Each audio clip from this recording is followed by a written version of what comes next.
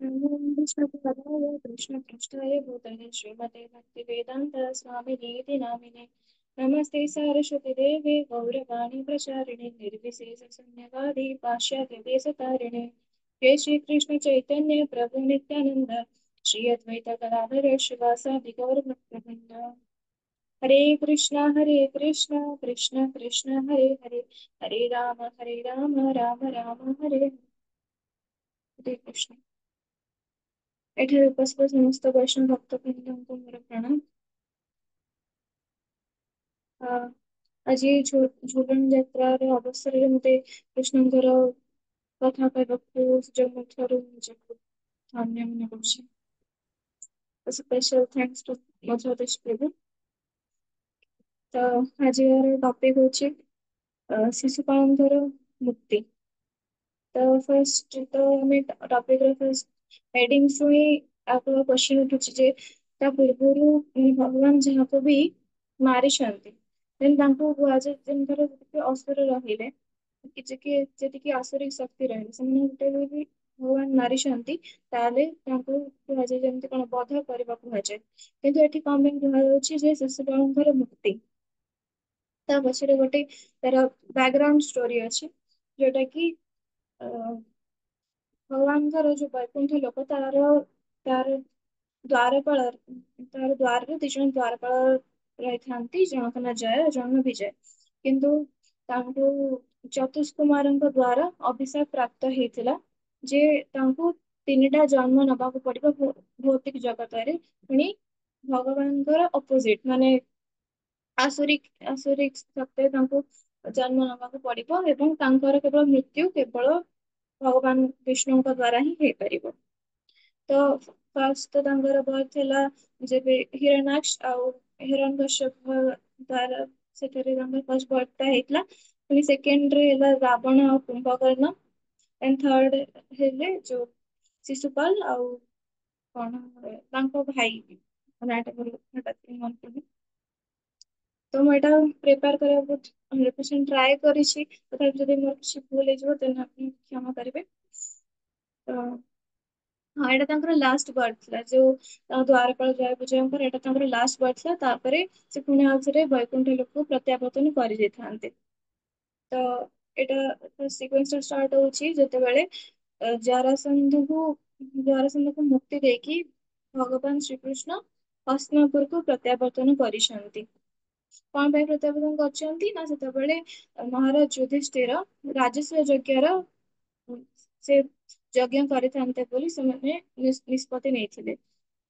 ତାପରେ ସେ ଯେତେବେଳେ ଆସିକି ପହଞ୍ଚିଛନ୍ତି ହସ୍ତିନାପୁରରେ ସେତେବେଳେ ସମ୍ରାଟ ଯୁଧିଷ୍ଠିର ଭଗବାନଙ୍କର ଗାଥା ମାନେ ଗୁଣଗାନ କରୁଛନ୍ତି ସେ କଣ ପାଇଁ କରୁଛନ୍ତି ନା ତାଙ୍କର ମହାନତ୍ଵ ତାଙ୍କର ସହିଷ୍ଣୁତା ଆଉ ସେ କେମିତି ସମସ୍ତଙ୍କୁ ସମଭାବାପନ୍ନ ଦୃଷ୍ଟିକୋଣରୁ ଦେଖନ୍ତି ସେଥିପାଇଁ ସେ ତାଙ୍କର ଗୋଟେ ଭକ୍ତ ନା ବହୁତ ବଡ ଭକ୍ତ ସେଇଥିପାଇଁ ସେ ତାଙ୍କୁ ତାଙ୍କର ଗୁଣଗାନ କରୁଛନ୍ତି।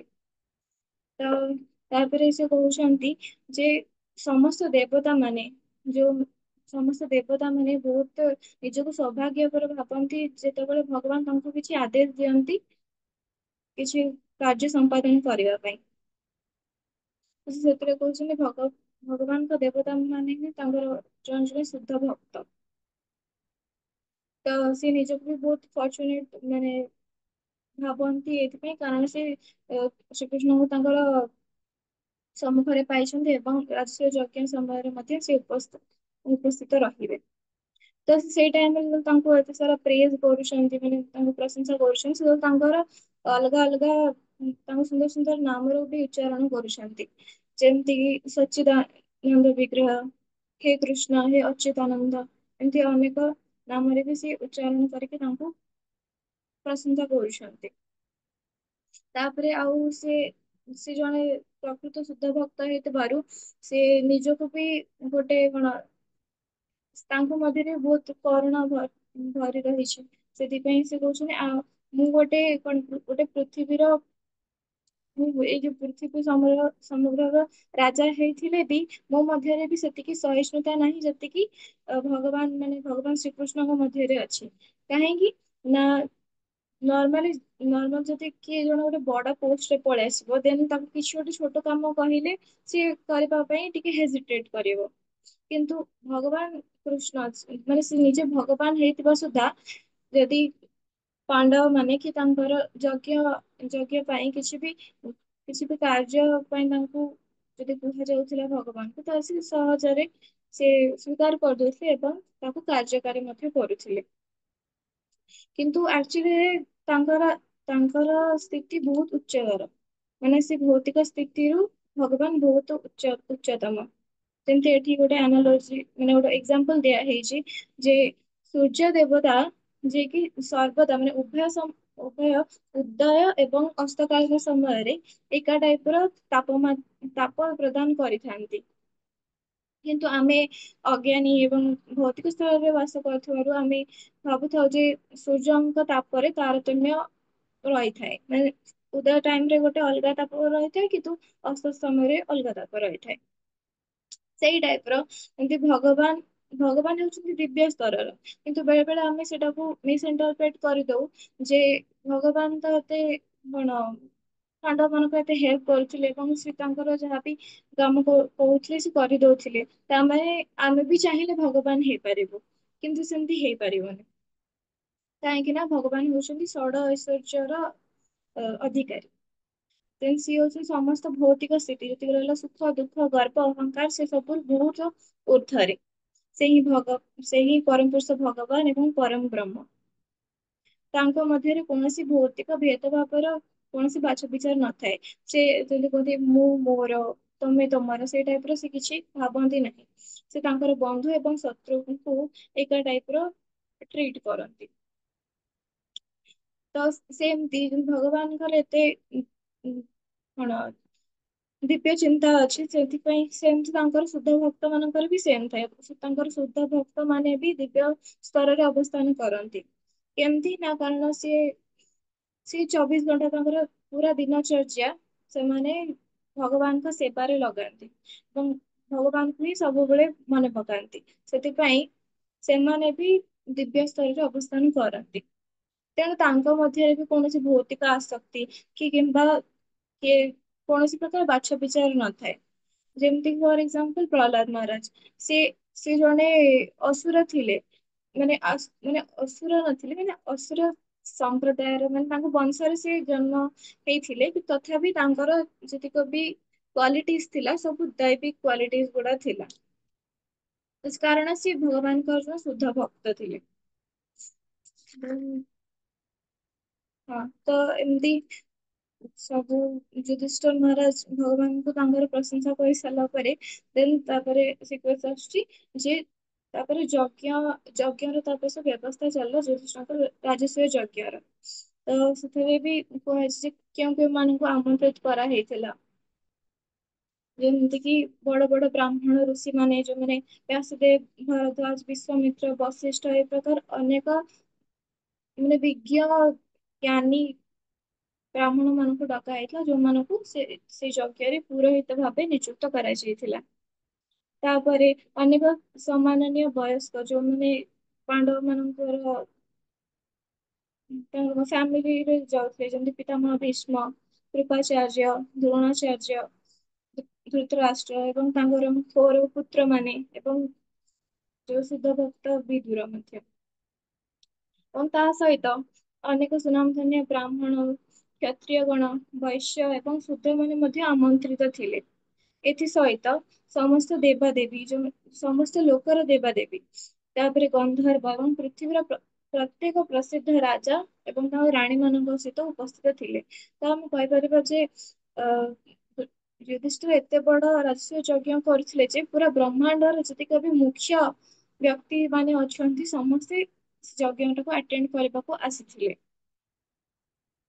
ତ ସେ ଏତେ ବଡ ଯଜ୍ଞ ହଉଛି ମାନେ ତ ସେଟାର ତାର ଫଳ ବି ସେତିକି କାର୍ଯ୍ୟକାରୀ ହେବା ଆବଶ୍ୟକ।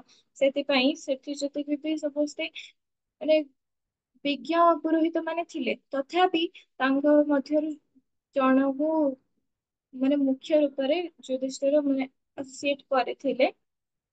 କଣ ପାଇଁ ନା ବୈଦିକ ବୈଦିକ ମନ୍ତ୍ର ଗୁଡା ସର୍ବଦା ଶୁଦ୍ଧ ଭାବରେ ଆଉ ଉପଯୁକ୍ତ ଢଙ୍ଗରେ ଆବୃତ୍ତି କରିବା ଆବଶ୍ୟକ।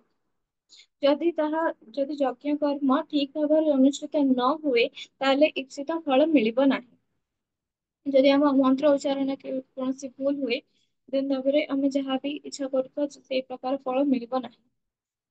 ତ ସେଇଥିପାଇଁ ଏବେ କଳି ଯୁଗରେ ଯଜ୍ଞ ବହୁତ ମାନେ କମ ହେଇଗଲାଣି। କାହିଁକି ନା ଆଉ ରାଜସ୍ୱ ଯଜ୍ଞ ତ ଟୋଟାଲି ହଉ ହିଁ ନାହିଁ, ଆଉ ସେଟା ଶାସ୍ତ୍ରରେ ମଧ୍ୟ ମନା କରାଯାଇଛି। କାରଣ କଳି ଯୁଗରେ ଏ ପ୍ରକାର ବିଜ୍ଞ ଶାସ୍ତ୍ରଜ୍ଞ ଏବଂ ପୁରୋହିତ ମାନେ ଆଉ ନାହାନ୍ତି। ସେଥିପାଇଁ ଏହି ପ୍ରକାର ମାନେ ରାଜସ୍ୱ ଯଜ୍ଞ ପ୍ରକାରର ଯଜ୍ଞାନୁଷ୍ଠାନ କରିବା ପାଇଁ ମନା କରାଯାଇଛି। ତ ତା ଅଲ୍ଟରନେଟରେ ଆମେ କଣ କରିପାରିବା? ଯଦି ଆମେ ଯଜ୍ଞ ନ କରୁଛୁ, ତାହେଲେ ଆମେ ଯାହାବି ଇଚ୍ଛା କରୁଛୁ ତ ସେଟା କେମିତି ଫୁଲଫିଲ୍ ହବ? ସେଥିପାଇଁ ଶାସ୍ତ୍ରରେ କୁହାଯାଇଛି, କଳି ଯୁଗରେ କେବଳ ହରେ କୃଷ୍ଣ ମନ୍ତ୍ରର କୀର୍ତ୍ତନ କରିବା ହିଁ ଯଜ୍ଞ ସହିତ ସମାନ। ତ ଆମେ ଏତେ ଏତେ ବଡ ବଡ ଯଜ୍ଞ ନ କରି କଳି ଯୁଗରେ ସେମିତିରେ ବି ବହୁତ ଲୋକମାନେ ଏକ୍ସକ୍ୟୁଜ ଦେଇଛନ୍ତି ଯେ ତାଙ୍କୁ ଟାଇମ ହଉନି ଯଜ୍ଞ କରିବା ପାଇଁ, କି ତାଙ୍କ ପାଖରେ ପଇସା ନାହିଁ। ତ ସେଥିପାଇଁ କଳି ଯୁଗରେ ଏଇଟା କୁହାଯାଇଛି ଯେ ହରେ କୃଷ୍ଣ ନାମ ଜପର ଯେତେ ଯେତେ ଅଧିକ କୀର୍ତ୍ତନ କରିବ, ତାହା ଗୋଟେ ବଡ ବଡ ଯଜ୍ଞ ସହିତ ବି ସମାନ। ତାପରେ ଯଜ୍ଞରେ ଆଉ ଗୋଟେ ବିଶେଷ ବିଷୟ ଆସିଥିଲା ଯେ ଯେତେବେଳେ ଯଜ୍ଞ ସମୟରେ ଜଣେ ସମ୍ମାନନୀୟ ଏବଂ ଉଚ୍ଚ ସ୍ତରର ପୁରୁଷଙ୍କୁ ଅ ପ୍ରଥମେ ପୂଜା କରାଯିବ, ଯୋଉଟା କି ଅଗ୍ର ପୂଜା କୁହାଯାଏ। ସେଇ ଅଗ୍ର ପୂଜା ଟାଇମରେ ତ ସମସ୍ତଙ୍କୁ ପଚରାଗଲା ଏତେ ବଡ ବଡ ହସ୍ତି ମାନେ କହିପାରିବ ଯେ ଏତେ ସମ୍ମାନନୀୟ ସମସ୍ତ ବ୍ୟକ୍ତି ସେଠାରେ ଥିଲେ। ତ ସମସ୍ତେ ଅବିକା କନଫ୍ୟୁଜ ଯେ ଅଗ୍ର ପୂଜା ମାନେ କାହା ଦ୍ଵାରା ସମ୍ପନ୍ନ ହବ। ମାନେ ଅଗ୍ର ପୂଜା ମାନେ ଅଗ୍ର ଅର୍ଥାତ୍ ଆଗ, ମାନେ ଫାଷ୍ଟ ଜଣଙ୍କୁ ପୂଜା କରାଯିବ,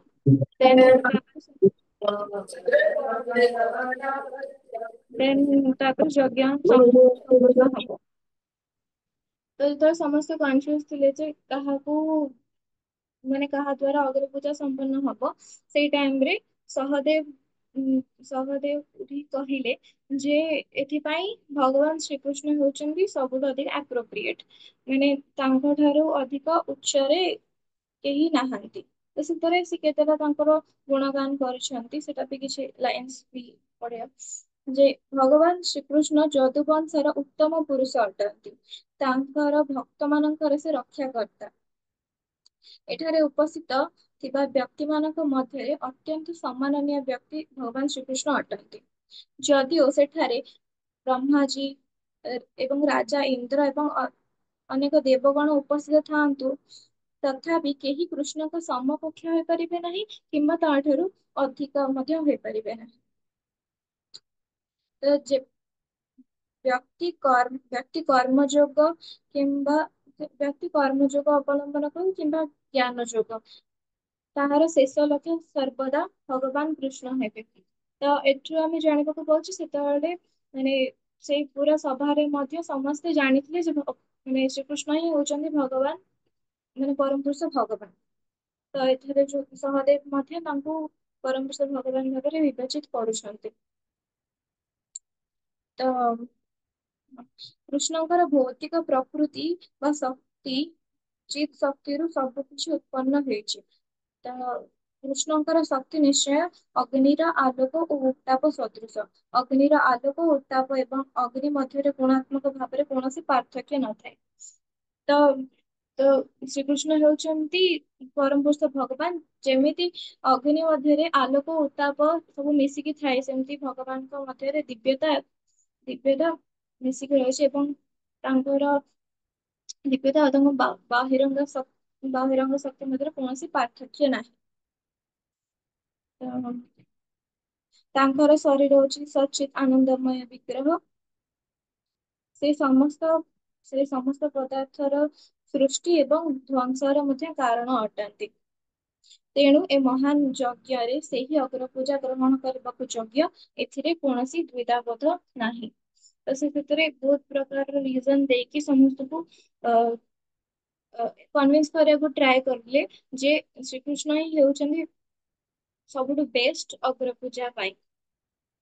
ତ ଏତେ ସାରା ଶୁଣି ସାରିଲା ପରେ ମତେ ହଁ ଆଉ ଗୋଟେ ଆନାଲୋଜି ବି ସେ ଦେଇଛନ୍ତି ଯେ ଯେମିତି ଗଛ ମୂଳରେ ପାଣି ଦେଲେ ପୁରା ଗଛର ସମସ୍ତ ଅଂଶରେ କଣ ଗଛର ସମସ୍ତ ଅଂଶ ପୁଷ୍ଟ ହୋଇପାରେ, ସେହିପରି ଆମେ ଯଦି ଭଗବାନ ଶ୍ରୀକୃଷ୍ଣଙ୍କୁ ଅଗ୍ରପୂଜା କରିବାକୁ ଦେବା, ତାହେଲେ ଏଠାରେ ଉପସ୍ଥିତ ସମସ୍ତ ଦେବତା ମାନେ ମଧ୍ୟ ତାହା ଦ୍ଵାରା ସନ୍ତୁଷ୍ଟ ହେବେ। ତ କୃଷ୍ଣଙ୍କର ଏତେ ସାରା ଗୌରବ ଗାଥା ଶୁଣି ସାରିବା ପରେ ସମସ୍ତ ସେଠାରେ ଉପସ୍ଥିତ ସମସ୍ତ ସମ୍ମାନନୀୟ ବ୍ୟକ୍ତି ଏଠାରେ ତାପରେ କନଭିନ୍ସ ହେଇଗଲେ। ତାପରେ ଅ, ତ ସିଏ ଏ ବିଷୟର ଗୌରବ କଥା ଶୁଣିକି ଫାଷ୍ଟ ସେମାନେ କରତାଳି ମା- କରତାଳି ଦେବା ଷ୍ଟାର୍ଟ କଲେ। ଆଉ ସେମାନେ ଆଉ ସେଠାରେ ସମର୍ଥନ ମଧ୍ୟ ପ୍ରଦାନ କଲେ ଯେ ଭଗବାନ ଶ୍ରୀକୃଷ୍ଣଙ୍କୁ ହିଁ ଅଗ୍ରପୂଜାର ଅଗ୍ରପୂଜା ପାଇଁ ମାନେ ଚୁଜ କରାଯାଉ। ତା ହଁ, ତ ଯେତେବେଳେ ଭଗବାନଙ୍କର ଅଗ୍ରପୂଜା ମାନେ ଭଗବାନଙ୍କର ଅଗ୍ରପୂଜା ମହାରାଜ ଯୁଧିଷ୍ଠିର ସମ୍ପନ୍ନ କରିସାରିଲେ, ସେତେବେଳେ ସେତେବେଳେ ଯେତିକ ସବୁ ଉପସ୍ଥିତ ଥିଲେ ସମସ୍ତ ବ୍ୟକ୍ତି ମାନେ ଭଗବାନଙ୍କର ଜୟ ଜୟକାର କରିଲେ ଏବଂ ଅ ଆକାଶରୁ ପୁଷ୍ପ ବୃଷ୍ଟି ହେଲା। ତ ସେଇ ଟାଇମ ରେ ସେଠିରେ ଯୋଉ ଶିଶୁପାଳ ମଧ୍ୟ ଉପସ୍ଥିତ ଥିଲେ। ତ କିନ୍ତୁ ଶିଶୁପାଳ ମାନେ ତାଙ୍କ ଜନ୍ମ ବେଳୁ ହିଁ ସେ ଭଗବାନଙ୍କୁ ତାଙ୍କର ଶତ୍ରୁ ବୋଲି ଭାବି ଆସିଥିଲେ। କାହିଁକି ନା ତାଙ୍କ ସେଇଥିପାଇଁ ହିଁ ଜନ୍ମ ହେଇଛି ଯେ ସିଏ ଭଗବାନଙ୍କ ଅଗେନଷ୍ଟରେ ଯିବେ ଏବଂ ତାଙ୍କ ଦ୍ଵାରା ହିଁ ସେ ମୁକ୍ତି ପାଇପାରିବେ। ତ ଯେତେବେଳେ ଏତେ ସାରା ଜୟକାର ଧ୍ୱନି ଶୁଣିଲେ ଭଗବାନଙ୍କ ନିମନ୍ତେ, ସେତେବେଳେ ସିଏ ଆଉ ସହିପାରିଲେ ନାହିଁ। ଆଉ ଯାହାର ଆଉ ଗୋଟେ ବି ରିଜନ ହେଲା ଯେ ସେ କଣ ପାଇଁ ଏତେ ରାଗିଥିଲେ କୃଷ୍ଣଙ୍କ ଉପରେ, ଆଉ କଣ ପାଇଁ ତାଙ୍କ ଶତ୍ରୁ ବୋଲି ବିବେଚିତ କରୁଥିଲେ। କାହିଁକି ନା ତା ତା ଏହି ଦାସ୍ୟ ଯଜ୍ଞ ପୂର୍ବରୁ ଶିଶୁପାଳଙ୍କର ବିବାହ ହେଇଥାନ୍ତା ରୁକ୍ମଣୀ ଦେବୀଙ୍କ ସହିତ। କିନ୍ତୁ କିନ୍ତୁ ସେଇ ଟାଇମରେ ରୁକ୍ମଣୀ ଦେବୀଙ୍କର ମାନେ ହଁ ସେ କହିବାରୁ ଭଗବାନ ଶ୍ରୀକୃଷ୍ଣ କଣ କଲେ, ତାଙ୍କୁ ହରଣ କରିକି ତାଙ୍କୁ ବିବାହ କରିଥିଲେ। ତ ସେଥିପାଇଁ ମଧ୍ୟ ସିଏ ବହୁତ ଅଧିକ ତାଙ୍କ ଉପରେ କ୍ରୋଧାନ୍ୱିତ ହେଇଥିଲେ। ତ ତ ତାଙ୍କର ଜୟକାର ଶୁଣି ସାରିବା ପରେ ସିଏ ଆଉ ସହିପାରିଲେ ନାହିଁ। ତ ସିଏ ଉଠିକି ତାଙ୍କର ଯେତେ ପ୍ରକାର ତାଙ୍କୁ କ୍ରିଟିସାଇଜ କରିବା ଷ୍ଟାର୍ଟ କଲେ।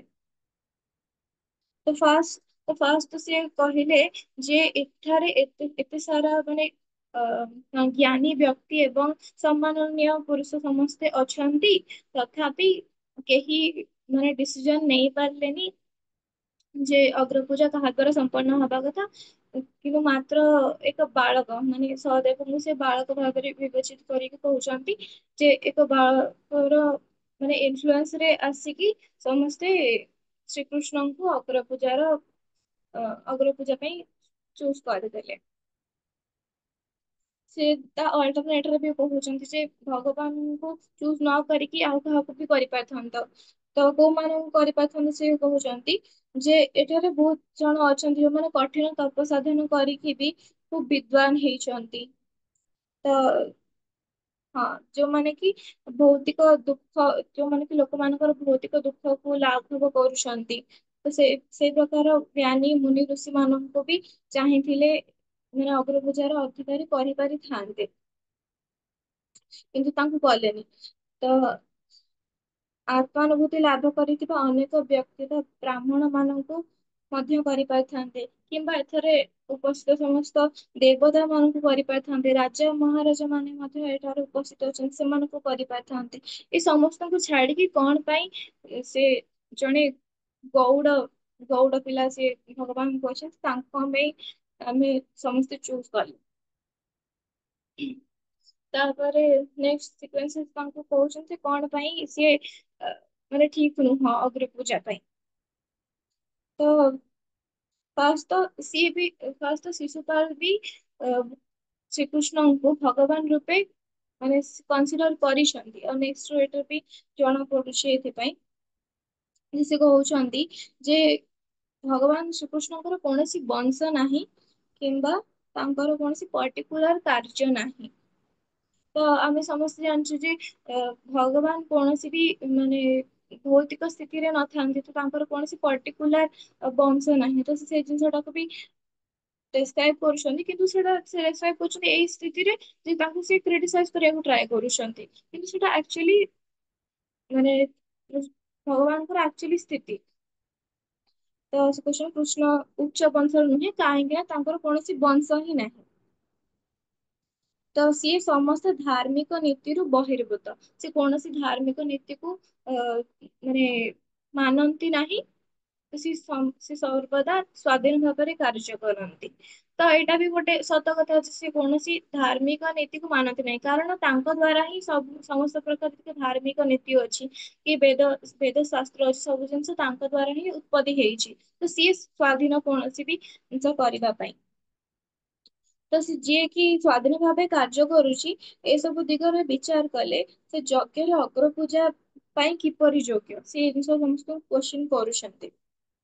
ତ ତାପରେ ନେକ୍ସଟ ସେ କ୍ରିଟିସାଇଜ କରୁଛନ୍ତି ଏଇଥିପାଇଁ କାରଣ ସେ ମଥୁରାକୁ ତ୍ୟାଗ କରିକି ଦ୍ୱାରକାରେ ଆସିକି ନିବାସ କଲେ।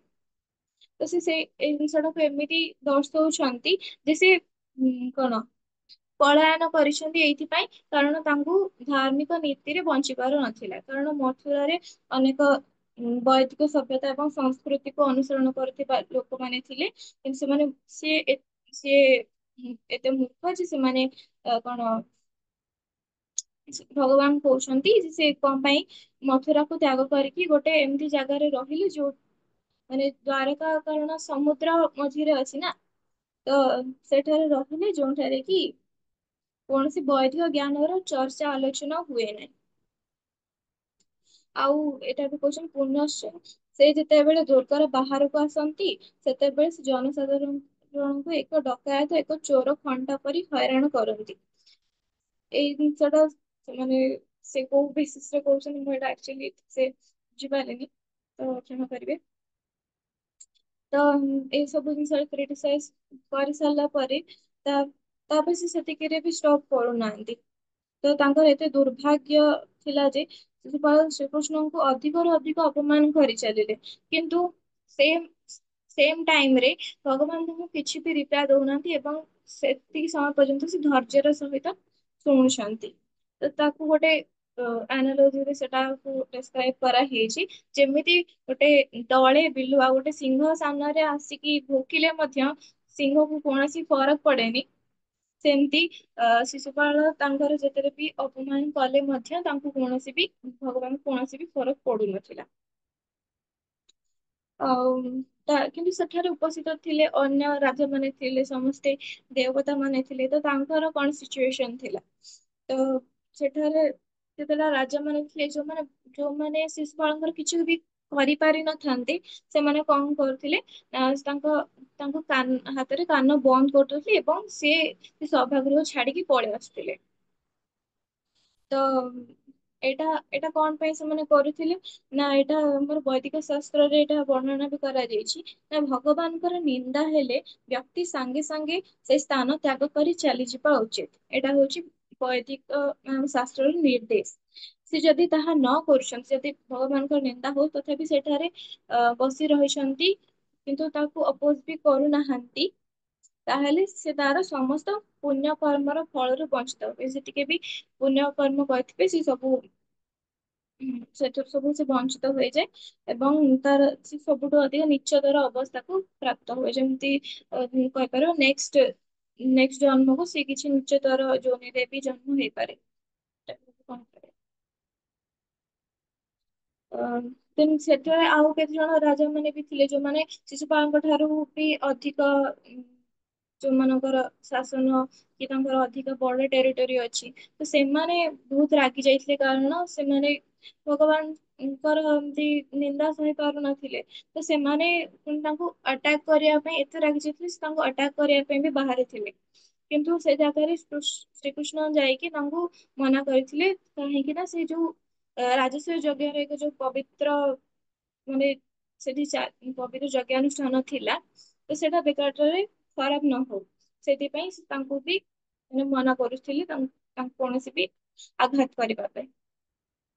କିନ୍ତୁ ସେଇ ଟାଇମ ରେ ତାପରେ ଶିଶୁପାଳ କଣ କଲେ, ସେମାନଙ୍କୁ ମଧ୍ୟ ଅପମାନିତ କଲେ ଏବଂ ତାଙ୍କୁ ମଧ୍ୟ ଯୋଉ କଣ ମାରିବା ପାଇଁ ଏବଂ ତାଙ୍କ ସହିତ ଯୁଦ୍ଧ କରିବା ପାଇଁ ବାହାରିଲେ।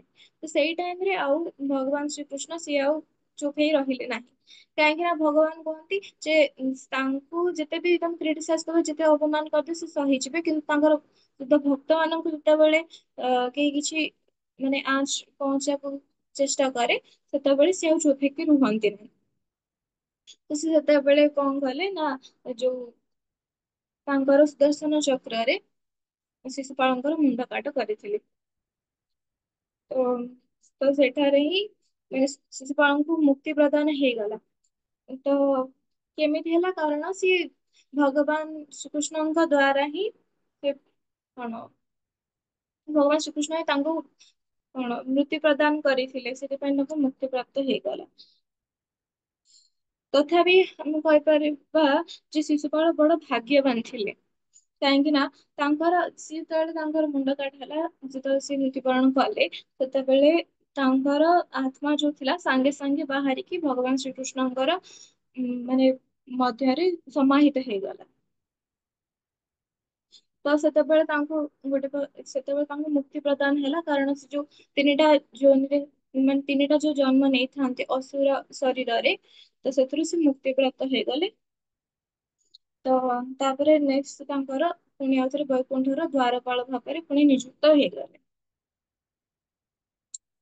ତ ହଁ, ତ ଯଦିଓ ଶିଶୁପାଳ କୃଷ୍ଣଙ୍କର ଶତ୍ରୁ ରୂପେ ଅଭିନୟ କରୁଥିଲେ, ତଥାପି ସେ ଏକ ମୁହୂର୍ତ୍ତ ପାଇଁ ମଧ୍ୟ କୃଷ୍ଣଙ୍କୁ ଭୁଲି ଯାଇ ନଥିଲେ। କାହିଁକିନା ଆମେ ଗୋଟେ ସିକ୍ୱେନ୍ସ ଦେଖିଲୁ ଯେ ସିଏ ଭଗବାନଙ୍କୁ ସେ ଭଗବାନ ମାନେ ଶ୍ରୀକୃଷ୍ଣଙ୍କୁ କଣ ଭଗବାନଙ୍କ ରୂପେ ଆକ୍ସେପ୍ଟ କରିଥିଲେ। ତ ସେ ଟୋଟାଲି ବି କୃଷ୍ଣଙ୍କୁ ଭୁଲି ନଥିଲେ, କାରଣ ତାଙ୍କୁ କେବଳ ଶରୀର ତାଙ୍କର ସିନା ଅସୁରର ଥିଲା, କିନ୍ତୁ ତା ପୂର୍ବରୁ ସେ ତ ବୈକୁଣ୍ଠର ଦ୍ୱାରପାଳ ଥିଲେ ନା। ତାଙ୍କର ଦ୍ୱାରପାଳ ଥିଲେ ମାନେ ସେ ତାଙ୍କର ଗୋଟେ ପ୍ରକାର ଶୁଦ୍ଧ ଭକ୍ତ ଥିଲେ। ତ ସେଥିପାଇଁ ତାଙ୍କର ମୃତ୍ୟୁବରଣ କରିସାରିଲା ପରେ ତାଙ୍କ ଆତ୍ମା ଯାଇକି ଭଗବାନଙ୍କ ଶରୀରରେ ଲୀନ ହେଇଗଲା। ମାନେ ହଁ, ତାପରେ ସେ ନେକ୍ସଟ ତାଙ୍କର ମୂଳ ପଦବୀ ମାନେ ଯୋଉ ବୈକୁଣ୍ଠର ଦ୍ୱାରପାଳ ରୂପେ ପୁଣି ନିଯୁକ୍ତ ହେଇଗଲେ। ତ ଏଠାରେ କୁହାଯାଇଛି ଯେ ଭଗବତ ଗୀତାରେ ମଧ୍ୟ ଏଇଟା ବର୍ଣ୍ଣନା କରାଯାଇଛି, ଯଦି କୌଣସି ବ୍ୟକ୍ତି ମୃତ୍ୟୁ ସମୟରେ ଭଗବାନଙ୍କୁ ଚିନ୍ତା କରୁଥାନ୍ତି, ତା ତାହେଲେ ସେ ସାଙ୍ଗେ ସାଙ୍ଗେ ଭଗବତ ସାମ୍ରାଜ୍ୟ ଏବଂ ବୈକୁଣ୍ଠ ଲୋକରେ ପ୍ରବେଶ କରନ୍ତି। ତ ଆମେ ମାତ୍ର କି ଚିନ୍ତା କରିବା ମାତ୍ରକେ ଆମେ ଭଗବତ ଧାମ ପହଞ୍ଚି ଯାଇ ପାରୁଛେ, ତାହେଲେ ହବନି। ସିଏ ଭଗବାନ ନିଜେ ତାଙ୍କୁ ମୃତ୍ୟୁ ପ୍ରଦାନ କରିଛନ୍ତି, ତାହେଲେ ସେ ଡେଫିନେଟଲି ମୁକ୍ତି ପାଇବେ। ହଁ, ତ ଏଥିରୁ ଏ ଏଇ କଥାରୁ ଆମେ ଜାଣିପାରିବା ଯେ ଏଥିରୁ ଗୋଟେ ଆମେ ବିଶିଷ୍ଟ ଶିକ୍ଷା ପାଇପାରିବା ଯେ ପରମପୁରୁଷ ଭଗବାନ ନିରଙ୍କୁଶ ହୋଇଥିବାରୁ ଯେ କୌଣସି ବ୍ୟକ୍ତିକୁ ସେ ମୁକ୍ତି ପ୍ରଦାନ କରିପାରନ୍ତି। ସେ ବ୍ୟକ୍ତି ତାଙ୍କର ଶତ୍ରୁ ହେଉ କିମ୍ବା ମିତ୍ର। ତ ସିଏ ଫାଷ୍ଟ ରୁ ଆମେ ଯୋଉଟା ଶୁଣିଲେ ଯେ ଭଗବାନ କାହାକୁ ବି ବାଛ ବିଚାର କରନ୍ତି ନାହିଁ। ସେ ତାଙ୍କର ବନ୍ଧୁ ହେଉ କିମ୍ବା ଶତ୍ରୁ ହେଉ, ସେ ତାଙ୍କ ପାଖରେ ସେ ଆବିଲିଟି ଅଛି, ସେ ସମସ୍ତଙ୍କୁ ବି ମୁକ୍ତି ପ୍ରଦାନ କରିପାରିବେ। ତ ତାଙ୍କୁ ମୁକ୍ତି ପ୍ରଦାନ କରିସାରିଲା ପରେ ତାଙ୍କ ଯଜ୍ଞାନୁଷ୍ଠାନ ସମ୍ପୂର୍ଣ୍ଣ ହେଲା। ତାପରେ ଯଜ୍ଞାନୁଷ୍ଠାନ ସମ୍ପୂର୍ଣ୍ଣ ହେଇସାରିଲା ପରେ ଯୁଧିଷ୍ଠିର ସମସ୍ତଙ୍କୁ ଉପହାର ପ୍ରଦାନ କଲେ ଏବଂ ମୁନି ଋଷି ମାନଙ୍କୁ ଦଣ୍ଡବତ ପ୍ରଣାମ କରିଲେ। କିନ୍ତୁ ଏତେ ସାରା କରିବା ସତ୍ୱେ ମଧ୍ୟ ସେଠାରେ ଆଉ ଜଣେ ମଧ୍ୟ ଉପସ୍ଥିତ ଥିଲେ, ଯିଏ କି ମାନେ ଏଇ ଯଜ୍ଞାନୁଷ୍ଠାନରେ ସେ ସନ୍ତୁଷ୍ଟ ନଥିଲେ। ସେ ଥିଲେ ଦୁର୍ଯ୍ୟୋଧନ। ତ ଦୁର୍ଯ୍ୟୋଧନ ମଧ୍ୟ ଆମେ କହିପାରିବା ସେ ଶିଶୁପାଳଙ୍କର ଜଣେ ମିତ୍ର ଥିଲେ। ତ ସେଥିପାଇଁ ବି ସେ ସନ୍ତୁଷ୍ଟ ନଥିଲେ, ଆଉ ସେକେଣ୍ଡରେ ସେ ଚାହୁଁନଥିଲେ ଯେ କଣ ପାଣ୍ଡବ ମାନେ ତାଙ୍କର ରାଜ୍ୟ ପ୍ରତିଷ୍ଠା କରନ୍ତୁ ବୋଲି। ତ ହଁ, ତ ଦୁର୍ଯ୍ୟୋଧନଙ୍କର ପ୍ରକୃତି ଖୁବ ମନ୍ଦ ଆଉ ପାପ କର୍ମ ଯୋଗୁ ସେ ସ୍ୱଭାବତଃ ପରଶ୍ରୀ କାଦର ଥିଲେ। ତ ସେଥିପାଇଁ ତାଙ୍କୁ କୁରୁବଂଶର କଳଙ୍କ ମଧ୍ୟ କୁହାଯାଏ। ଏଇଥିପାଇଁ କାରଣ ସେ ଭଗବାନଙ୍କୁ ସବୁବେଳେ ତାଙ୍କୁ ଶତ୍ରୁ ରୂପେ ଗ୍ରହଣ କରୁଥିଲେ। ତ ମାନେ ଶତ୍ରୁ ରୂପେ ଗ୍ରହଣ କରୁଥିଲେ ମାନେ କଣ, ସେ ଭଗବାନଙ୍କୁ ଇର୍ଷା କରୁଥିଲେ। ତ ଆମେ ଜାଣିଛେ ଯେ ଭଗବାନଙ୍କୁ ଯୋଉମାନେ ଇର୍ଷା କରନ୍ତି ସେମାନଙ୍କର ପତନ ନିଶ୍ଚିତ ହୋଇଥାଏ। ତ ସେଥିପାଇଁ ତାଙ୍କର ସମଗ୍ର ବଂଶ ମଧ୍ୟ କେବଳ ତାଙ୍କ ଯୋଗୁଁ ଧ୍ୱଂସ ହୋଇଯାଇଥିଲା। ତ ଏଠାରେ ଯୋଉ ଶିଶୁପାଳଙ୍କର ମୁକ୍ତି ମାନେ ଷ୍ଟୋରିଟା ଏଣ୍ଡ ହେଲା, କିନ୍ତୁ ଏଇ ଷ୍ଟୋରିଟା କିଏ ଶୁଣଉଥିଲେ ନା ଶ୍ରୀ ଶୁକଦେବ ଗୋସ୍ୱାମୀ ମହାରାଜ ପରୀକ୍ଷିତଙ୍କୁ ଶୁଣଉଥିଲେ। ତ ଏ ଲାଷ୍ଟ ସେ ଏଇ ଜିନିଷଟା କହିଲେ ଯେ ବ୍ୟକ୍ତି ଭଗବାନ ଶ୍ରୀକୃଷ୍ଣଙ୍କର ଏ ଦିବ୍ୟ ଲୀଳା, ଯୋଉଟା କି ଶିଶୁପାଳଙ୍କର ମୁକ୍ତି ଏବଂ ଜରାସନ୍ଧଙ୍କର ମୁକ୍ତି, ଏସବୁ ଆଉ ଯେତେବେଳେ ଜରାସନ୍ଧ ଅନେକ ରାଜ୍ୟ ମାନଙ୍କୁ ବି ବନ୍ଦୀ କରିକି ରଖିଥିଲେ, ତ ସେମାନଙ୍କର ବି ମୁକ୍ତି। ତ ଏ ବିଷୟରେ ଯୋଉମାନେ ଶ୍ରବଣ କରନ୍ତି ସେମାନେ ସାଙ୍ଗେ ସାଙ୍ଗେ ସମସ୍ତ ପ୍ରକାର ପାପ କର୍ମର ପ୍ରତିକ୍ରିୟାରୁ ମୁକ୍ତ ହୋଇଯାଆନ୍ତି। ତ ମାତ୍ର ଏହି ମାନେ କୃଷ୍ଣଙ୍କ କଥା ଏବଂ ଏ ସବୁ ସମସ୍ତଙ୍କର, ହଁ, କୃଷ୍ଣଙ୍କ କଥା ଶୁଣିବା ମାତ୍ରେ ହିଁ ସମସ୍ତେ ପାପ କର୍ମରୁ ମୁକ୍ତି ପାଇ ପାରିଥାନ୍ତି। ତ ଏତିକି କହିବି। ହରେ କୃଷ୍ଣ। ବିଶେଷ ଧନ୍ୟବାଦ ମାତାଜୀ।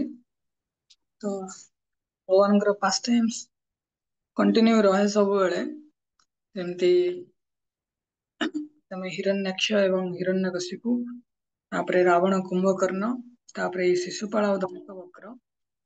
ତ ସେମାନେ ମତେ ଏମିତି ପ୍ରଥମରେ କହିଲେ, ତ ସେମାନେ ଅପସନ ତାଙ୍କ ପାଖେ ଥିଲା, ଏଇ 3 ଥର ରାକ୍ଷସ ହେବେ ନା 7 ଥର ଭକ୍ତ ହେବେ। ତ ଆକ୍ଚୁଆଲି ସେମାନେ ଭଗବାନଙ୍କର ବିରହ ସହ୍ୟ କରିପାରନ୍ତିନି, ଭଗବାନଙ୍କର ସେବା କରିବା ପାଇଁ ବହୁତ ସେମାନେ ତତ୍ପର ଥାନ୍ତି। ସେମାନେ ତ ଆମ ଭଳିଆ କୌଣସି ଭୌତିକ ଜଗତରେ ସଂଘର୍ଷ କରୁନଥିଲେ, ସେମାନେ ବୈକୁଣ୍ଠ ଲୋକରେ ଜୟ ବିଜୟ ହେଇକି ଥିଲେ। ତେଣୁ ସେଇଥିପାଇଁ ଯେତେବେଳେ ଚୈତନ୍ୟ ମହାପ୍ରଭୁ ପୁନଃ ଏ ଭୌତିକ ଧରାଧାମକୁ ଆସିଲେ, ସେତେବେଳେ କଣ ହେଲେ, ଏଇ ଶିଶୁପାଳ ଦନ୍ତବକ୍ର ଜୟ ବିଜୟ ପୁନଃ ଚୈତନ୍ୟ ମହାପ୍ରଭୁଙ୍କ ଲୀଳାରେ ଅଂଶଗ୍ରହଣ କରିବା ପାଇଁ କେମିତି ଆସିଲେ, ଜଗାଇ ଆଉ ମଧାଇ, ତ ଏଇ 3 ଜଣଙ୍କ ରୂପରେ ହିଁ ଆସିଲେ। ତେଣୁ ସ୍ୱାଭାବିକ ରୂପରେ ଆମେ ଯେତେବେଳେ ଶିଶୁପାଳଙ୍କର କଥା ଶ୍ରବଣ କରନ୍ତି, ତ ଆମ ମନରେ ଗୋଟିଏ ହିଁ ପ୍ରଶ୍ନ ଆସେ, ଶିଶୁପାଳ ଭଗବାନଙ୍କୁ ଏତେ ଗାଳି ଦଉଥିଲେ, ତାଙ୍କ ଜନ୍ମ ସମୟରୁ ହିଁ ସେ ଭଗବାନଙ୍କୁ ଗାଳି ଦଉଥିଲେ, ମାନେ ଏଇଭଳିଆ ଲୋକ। ତ ଏତେ ଅପମାନ ଦେଲା ପରେ ମଧ୍ୟ ଭଗବାନଙ୍କର ସହନଶୀଳତା ତ ଅବିଶ୍ଵସନୀୟ। କିନ୍ତୁ ଭଗବାନ ତାଙ୍କ ମାଆଙ୍କୁ କଥା ଦେଇଥିଲେ, 100ଟି ଗାଳି ପରେ ଶିଶୁପାଳର ବଧ ହବ। ତେଣୁ ଶାସ୍ତ୍ରରେ 5 ପ୍ରକାର ମୁକ୍ତି କଥା କୁହାଯାଇଛି। କଣ କଣ ସମସ୍ତେ ମନେ ରଖିପାରିବ? ସାଲୋକ୍ୟ ମୁକ୍ତି, ଯୋଉଥିରେ ଜଣେ ସଂସାରକୁ, ଭୌତିକ ସଂସାରକୁ ତ୍ୟାଗ କରିକି ଆଧ୍ୟାତ୍ମିକ ଜଗତରେ ଯେତେବେଳେ ପ୍ରବେଶ କରେ, ତ ବୈକୁଣ୍ଠ ଲୋକରେ ସେ ବାସ କରେ। ତାପରେ ଶାଷ୍ଟି ମାନେ ଭଗବାନଙ୍କ ବେଳେ ଯେମିତି ଐଶ୍ୱର୍ଯ୍ୟ, ଭଗବାନ ଯେତେବେଳେ ଯେତିକି ଭଗବାନଙ୍କର ଐଶ୍ୱର୍ଯ୍ୟ ଥାଏ, ସେମିତି ଐଶ୍ୱର୍ଯ୍ୟବାନ ହେଇଥାନ୍ତି କିଏ? ଯେ ବ୍ୟକ୍ତି ଶାସ୍ତି ଅନୁସାରେ ମୁକ୍ତି ଲାଭ କରିବା ପାଇଁ ଚାହାନ୍ତି। ସାମୀପ୍ୟ, ଭଗବାନଙ୍କର ନିକଟରେ ସେ ବାସ କରନ୍ତି। ଆଉ ସାଯୁଜ୍ୟ ହେଲା, ସାରୂପ୍ୟ ହେଲା କଣ? ଭଗବାନ ଯେମିତି ଦେଖାଯାଆନ୍ତି, ତ ଜଣେ ଚାହିଁବ ଯଦି ସେମିତି ଦେଖାଯାଇ ପାରିବ, କେବଳ ଅନ୍ତର ରହିବ, ତାଙ୍କ ହୃଦୟରେ ଶ୍ରୀବତ୍ସ ଚିହ୍ନ ନଥିବ, ଆଉ ବୈଜୟନ୍ତ ମାଳା ନଥିବ, ଅଲଗା ପୁରା ପିକ୍ଚର ଭଗବାନଙ୍କ ଭଳିଆ, ଚତୁର୍ଭୁଜ କରଣ ନାରାୟଣ ସ୍ୱରୂପ। ଆଉ ଅନ୍ତିମରେ ସାଯୁଜ୍ୟ, ମାନେ ଭଗବାନଙ୍କର ଶରୀରରେ ଲୀନ ହେଇଯିବା, ବ୍ରହ୍ମରେ ଲୀନ ହେଇଯିବା। ତେଣୁ ଯେତେବେଳେ ଏଇ ଶିଶୁପାଳ ଯେତେବେଳେ ବଦ୍ଧ ହେଲେ, ତ ଭଗବାନଙ୍କର ଯୋଉ ଅସୀମ କୃପାରୁ ସେ ଭଗବାନଙ୍କର ଦିବ୍ୟ ଶରୀରରେ ଲୀନ ହେଇଗଲେ। ତ ପ୍ରଭୁପାଦ ତାପରେ ଲେଖୁଛନ୍ତି କି, ଯେମିତି ଯଜ୍ଞ, ରାଜସ୍ୱ ଯଜ୍ଞ ତ କଣ୍ଟିନ୍ୟୁ ହଉଥିଲା, ତ ରାଜସ୍ୱ ଯଜ୍ଞ ଅପବିତ୍ର କାଳେ ନହବ, ତ ଭଗବାନ ଯେତେବେଳେ ତାଙ୍କର ସୁଦର୍ଶନ ଚକ୍ରରେ ଶିଶୁପାଳର ଶିରଚ୍ଛେଦନ କଲେ, ସେତେବେଳେ ଯାହା ବି ରକ୍ତ ଏମିତି ତଳେ ନ ପଡିବ, ତାର ପୂର୍ଣ୍ଣ ବ୍ୟବସ୍ଥା କରିଥିଲେ। ଅର୍ଥାତ୍ ଏମିତି କାଟିଲେ ଭଗବାନ ତାଙ୍କର ଶିରକୁ, ରକ୍ତ ମଧ୍ୟ ତଳେ ପଡିଲାନି। ତାଙ୍କୁ ସାହାଯ୍ୟ ମୁକ୍ତି ପ୍ରଦାନ ହେଇଗଲା। କିନ୍ତୁ ପରେ ଚୈତନ୍ୟ ମହାପ୍ରଭୁଙ୍କ ଲୀଳାରେ ସେ ଭାଗ ମାନେ ନବା ପାଇଁ ରଖି ପାରିଲେନି ନିଜକୁ, କହିଲେ ନା, ଆମେ ଯେମିତିରେ ମହାପ୍ରଭୁଙ୍କ ଲୀଳାରେ ଭାଗ ନବୁ। ସେ ଜଗାଇ ମଦାଇ ହେଇକି ଏବେ ବିଶେଷ ଧନ୍ୟବାଦ ଅଙ୍କିତା ମାତାଜୀ, ବହୁତ କମ ସମୟରେ ପ୍ରିପେୟାର ହେଇକି ସେୟାର କରିଛନ୍ତି ଶିଶୁପାଳ ବଧ ଶିକ୍ଷା। ଶିଶୁପାଳ କାହିଁକି ଚାହୁଁନଥିଲେ କୃଷ୍ଣଙ୍କୁ ଅଗ୍ରପୂଜା କରିବା, ଅଗ୍ରପୂଜାର ସୌଭାଗ୍ୟ ପ୍ରଦାନ କରିବା ପାଇଁ, ଆଉ ସେ ସବୁ ଜିନିଷ ସୁନ୍ଦର ଭାବରେ ଆଲୋଚନା କଲେ। ମାତାଜୀଙ୍କ ବିଷୟ ଧନ୍ୟବାଦ। ହରେ କୃଷ୍ଣ। ଶିଲ ପ୍ରଭୁପାଦ କି ଜୟ। ଆମେ ନେକ୍ସଟ ସ୍ପିକର କୁ ଶ୍ରବଣ କରିବା। ହରେ କୃଷ୍ଣ।